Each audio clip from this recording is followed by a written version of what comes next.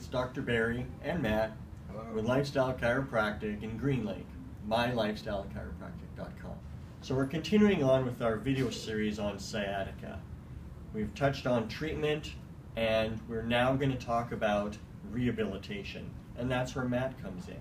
He's a rehabilitation specialist here in our office, and what we find is once we can correct the reason that the sciatica is there, we can then create stabilization and strengthening to help fix and stabilize, but also prevent the episodes of sciatica from recurring again.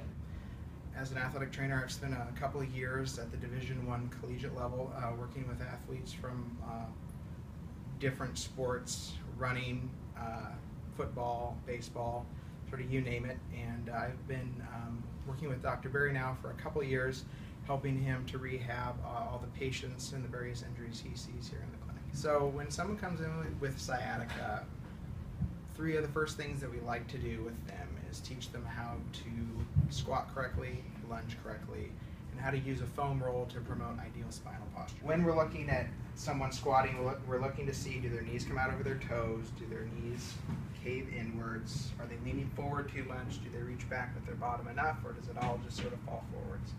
And these different movement patterns tell us something about how the hip muscles are working as a whole.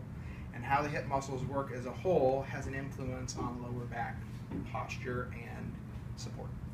Working on a lunge with each leg separately helps to strengthen each side independently and make you stronger as a whole. Knee stays behind the toe.